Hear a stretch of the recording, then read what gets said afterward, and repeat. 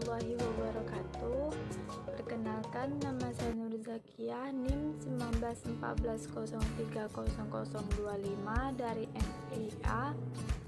Di sini saya akan menjelaskan materi yaitu tentang penyaluran sarana dan prasarana. Poin yang pertama yaitu pengertian dan tujuan penyaluran sarana dan prasarana. Penyaluran merupakan kegiatan yang menyangkut pemindahan sarana, prasarana, dan tanggung jawab pengelolaannya dari instansi yang satu kepada instansi yang lain. Dalam lingkungan yang sempit seperti sekolah, maka kegiatan ini dapat berwujud penyaluran atau kegiatan membagi atau mengeluarkan barang sesuai kebutuhan guru atau seksi bagian dalam instansi tersebut untuk keperluan kegiatan belajar mengajar serta perkantoran.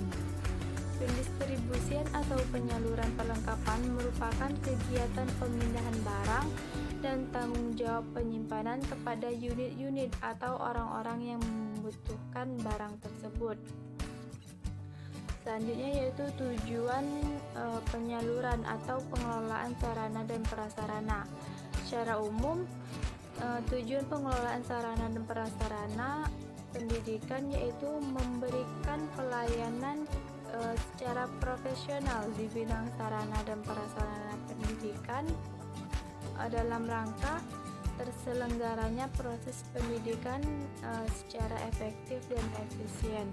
Nah, sedangkan secara rinci tujuannya yaitu yang pertama untuk mengupayakan pengadaan sarana dan prasarana pendidikan melalui sistem perencanaan dan pengadaan yang hati-hati dan seksama.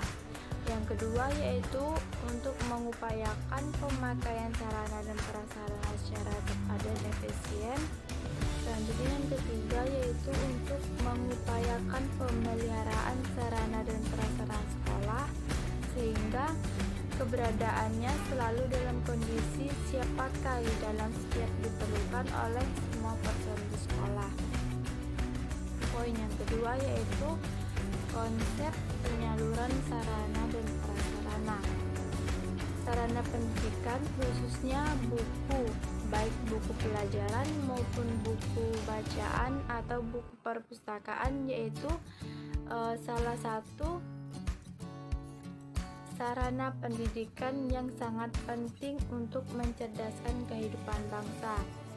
Dan untuk mencapai tujuan tersebut, pemerintah dari dahulu hingga kini telah banyak mengadakan penerbitan, pembelian, dan sekaligus penyaluran buku-buku, baik buku pelajaran maupun buku perpustakaan, terutama buku-buku untuk SD atau MI, SMP atau MTS, SMU atau SMA, dan MA. Program pengadaan buku tersebut mencakup kegiatan pengadaan naskah, pencetakan dan penyalurannya sampai ke sekolah-sekolah pengguna buku tersebut. Dan dengan tanpa mengurangi arti dari peranan pengadaan naskah dan pencetakan buku, penyaluran merupakan kegiatan yang amat menentukan karena sampai tidaknya buku tersebut ke sekolah sasaran sangat bergantung kepada berhasil tidaknya kegiatan penyaluran. Penyaluran merupakan kegiatan yang menyangkut pemindahan sarana, prasarana dan tanggung jawab pengelolaannya dari instansi yang satu kepada instansi yang lain. Dalam batasan ini ada dua pihak yang terlibat, yaitu yang pertama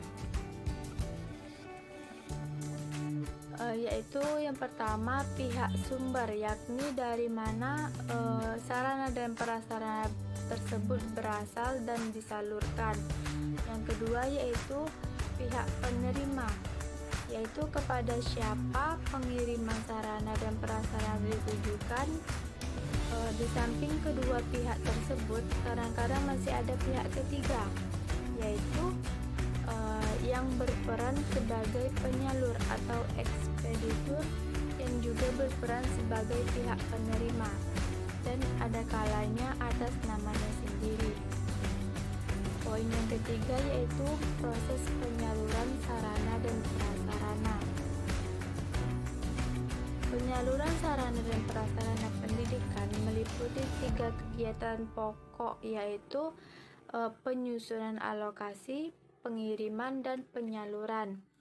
Nah, jika dilihat dari perspektif manajemen, maka penyaluran terbagi atas 3 kegiatan, yaitu perencanaan penyaluran, pelaksanaan pengiriman, dan monitoring penyaluran.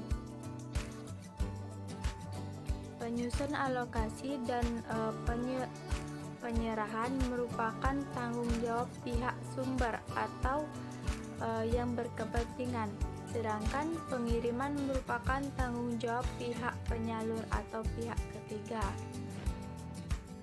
Pekerjaan perencana penyaluran meliputi penyusunan rencana kerja dan syarat-syarat atau RKS yang memuat persyaratan umum, persyaratan administrasi, persyaratan teknis, dan lain-lain. Dalam persyaratan teknis itulah sistem alokasi, nama, dan jumlah sarana termasuk tata cara penerimaan dicantumkan. Jika penyalur bertanggung jawab atas pengemasan, maka tata cara pengemasan harus pula dicantumkan.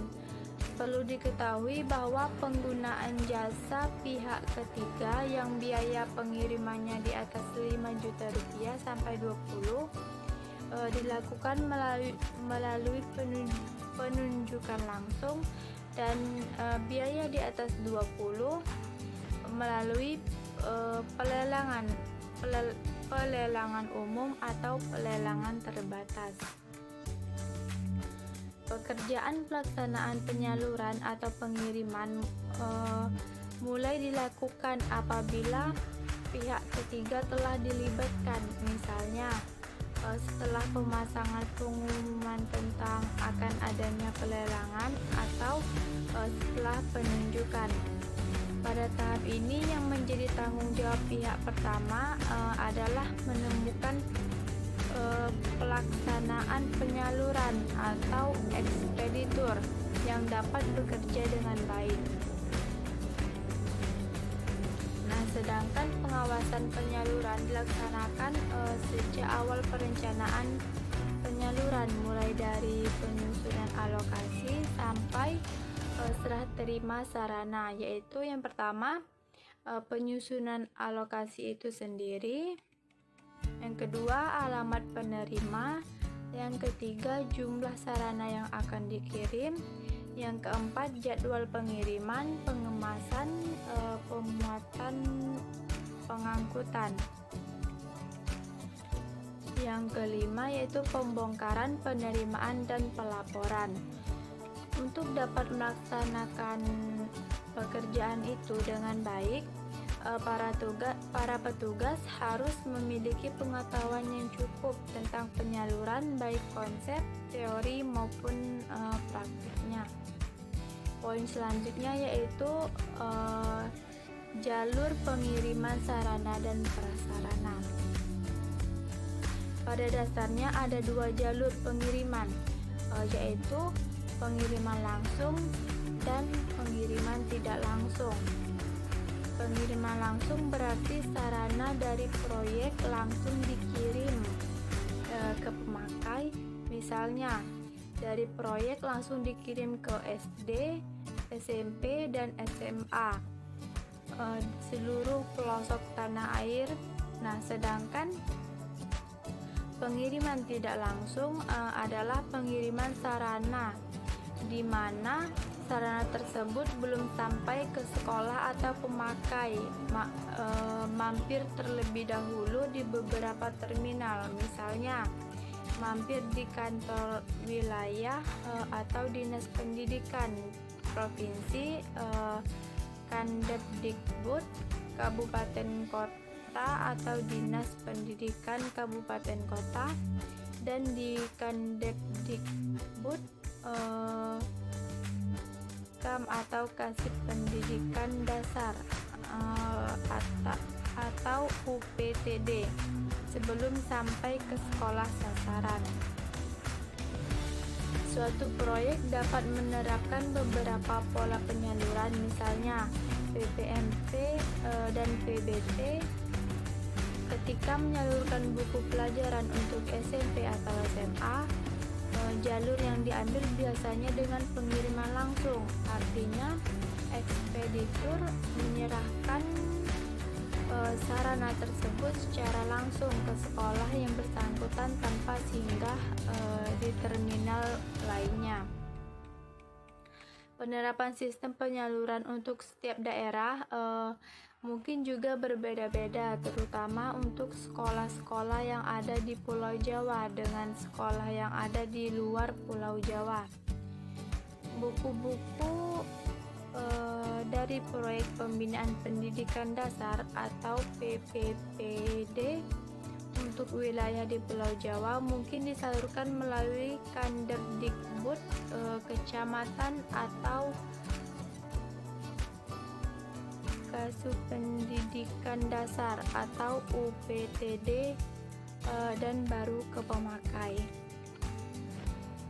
Proyek pengadaan buku untuk sekolah kejuruan biasanya mengirimkan buku-bukunya langsung ke sekolah.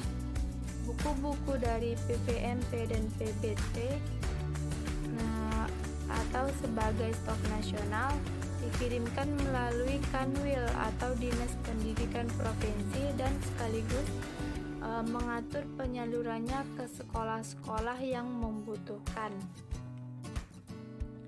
Begitu pula buku-buku paket A untuk pendidikan non-formal juga disalurkan melalui Kanwil atau Dinas Pendidikan Provinsi sebelum sampai kepada pemakai.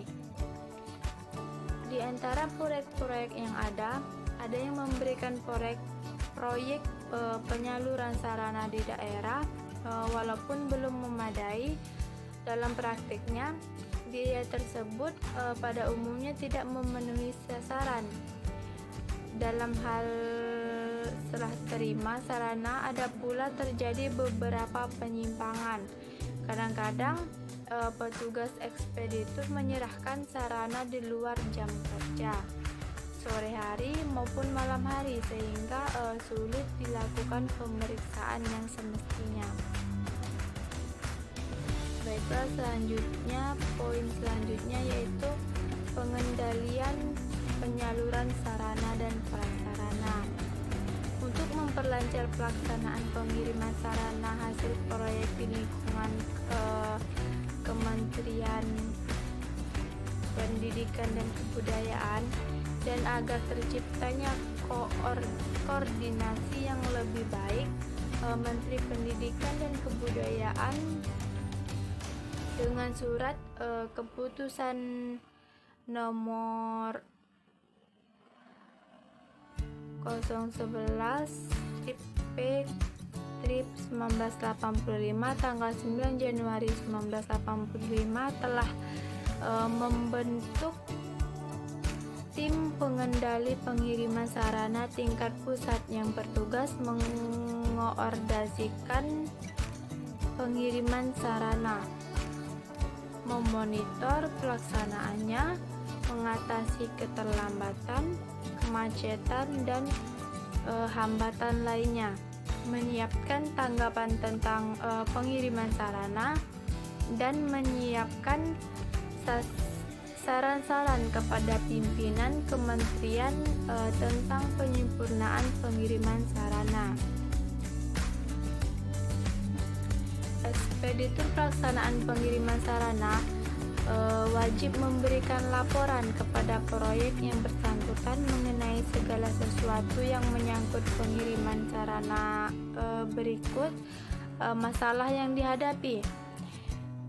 Pihak proyek yang bertanggung jawab terhadap pengiriman sarana wajib menyampaikan kepada tim pengendali dan data yang disampaikan proyek kepada tim pengendali yaitu meliputi yang pertama data jenis sarana yang dikirim.